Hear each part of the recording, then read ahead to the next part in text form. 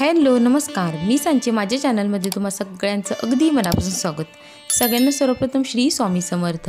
तुम्हा सगळ्यांचे चांगल्याची स्वामीराज पूर्ण करून ही स्वामींचरणी प्रार्थना। महाशिवरात्रीला काही उपाय करून अनन्यसाधारण लाभ तुम्ही सुद्धा घेऊ शकता। तर कसे जाणून घेण्यासाठी व्हिडिओ स्किप न करता पूर्ण नक्की पहा आणि चॅनलला सबस्क्राइब नक्की करा। 8 मार्च 2024 रोजी आहे महाशिवरात्री। या दिवशी भक्तिभावाने भक्त थाटामाटात भगवान शंकरांची पूजा करतात। या दिवशी भगवान शिवाची विशेष पूजा केली जाते। असं मानलं जातं की जो व्यक्ती भगवान शंकरांची पूजा करतो त्याला इच्छित असं फळ मिळू शकतं। जीवनात येणाऱ्या सर्व समस्यांपासून त्याचं संरक्षण होतं। महाशिवरात्रीचा उत्सव भगवान भोलेनाथांना समर्पित असतो। या दिवशी भगवान महादेवाचं पूजन केल्याने भगवान शंकरांचे शुभ आशीर्वाद मिळतात। महाशिवरात्री ही शिवाची पूजा करण्याची सर्वोत्तम तिथी मानली गेली आहे। हा दिवस भगवान शिव आणि शक्तीचा मिलनाचं प्रतीक मानलं जातं। या दिवशी काही उपाय केल्याने शुभफळ प्राप्त होतेच, शिवाय नकारात्मकतेपासून संरक्षण होत असतं। म्हणून बेलपत्राचे उपाय या दिवशी तुम्हाला नक्की करायचे आहेत। आपल्या जीवनातील समस्यांपासून मुक्ती मिळवण्यासाठी बेलपत्राचा पहिला उपाय म्हणजे आपल्याला सतत कठीण प्रसंगाचा सामना करावा लागत असेल तर यासाठी घराजवळील एका शिवमंदिरात जावं। भगवान भोलेनाथांचं दर्शन घेऊन त्या मंदिराच्या आजूबाजूला बेलपत्राचं झाड असेल तर त्या झाडाखाली असलेल्या एखाद्या दगडाला शिवरूप समजून त्याची विधिवत पूजा करावी। अभिषेक करून तांदूळ आणि हरभऱ्याचे दाणे अर्पण करावे। त्यानंतर भगवान शिवाला आपल्या सर्व समस्या सांगून इच्छापूर्तीसाठी प्रार्थना करावी।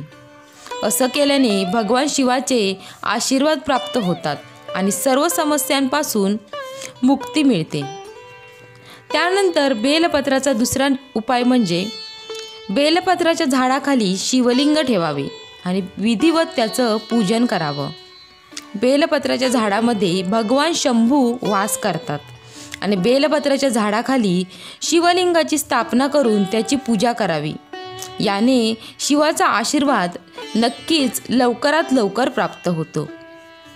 त्यानंतर तिसरा उपाय म्हणजे धार्मिक मान्यतेनुसार बेलपत्राच्या मुळामध्ये माता गिरिजा, माता माहेश्वरी, फांद्यामध्ये माता दक्षिणाई, पानात देवी पार्वती आणि फुलांमध्ये माता गौरी वास करते।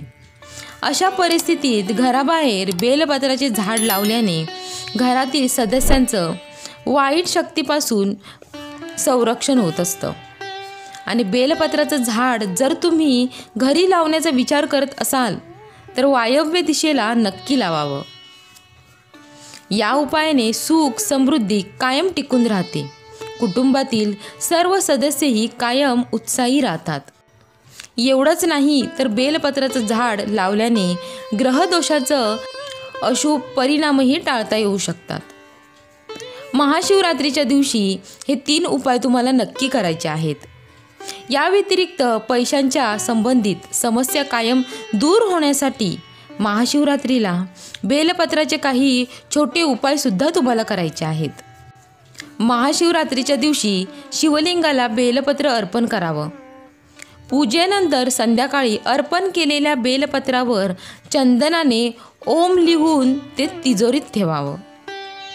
यामुळे पैशाच्या समस्या दूर होतात।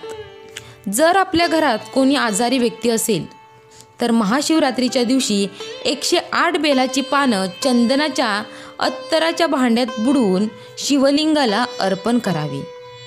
या दरम्यान ओम हम जूश या मंत्राचा जप करावा। यामुळे आजारी व्यक्ती लवकर बरी होते। शिवाय महाशिवरात्रीच्या दिवशी बेलपत्राच्या झाडाची पूजा केल्याने देवी लक्ष्मी प्रसन्न होते। म्हणून या दिवशी बेलपत्राच्या झाडाखाली तुपाचा दिवा लावावा। यामुळे देवी लक्ष्मी आकर्षित होते आणि घरात धनसंपत्ती वाढण्यास मदत होते। या दिवशी भगवान शंकर आणि पार्वतीला बेलपत्र वाहिल्यास वैवाहिक जीवन देखील सुखी समाधानी होण्यास मदत होते. महाशिवरात्रीच्या दिवशी बेलपत्राचं झाड लावून रोज जल अर्पण करावं. शिवाय यामुळे पापांपासून मुक्ती मिळण्यासाठी शिवलिंगावर 108 पानं अर्पण करावी आणि प्रत्येक बेलपत्र अर्पण करताना ओम नमः शिवाय या मंत्राचा जप नक्की करावा. त्याचबरोबर बेलपत्राच्या झाडाला दूध अर्पण करावं. यामुळे भगवान शंकर लवकर प्रसन्न होतात. तसेच महाशिवरात्रीच्या दिवशी सकाळी शुभमुहूर्तावर बेलपत्राच्या झाडाखाली गरजूंना खीर खाऊ घालावी. शिवाय शिवचालिसाचं पठण करावं. शिवलिंगावर रोज बेलपत्र आणि शमीचे फूल अर्पण करावी. यामुळे सुद्धा शनी दोषांपासून लवकर सुटका होते. या व्यतिरिक्त या दिवशी काळी उडीद डाळ, काळे तीळ, मोहरीचे तेल असं दान करावं.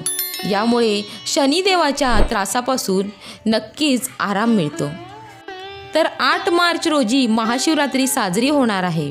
या दिवशी भक्त भक्तिभावाने भगवान शिवाची पूजा करतात.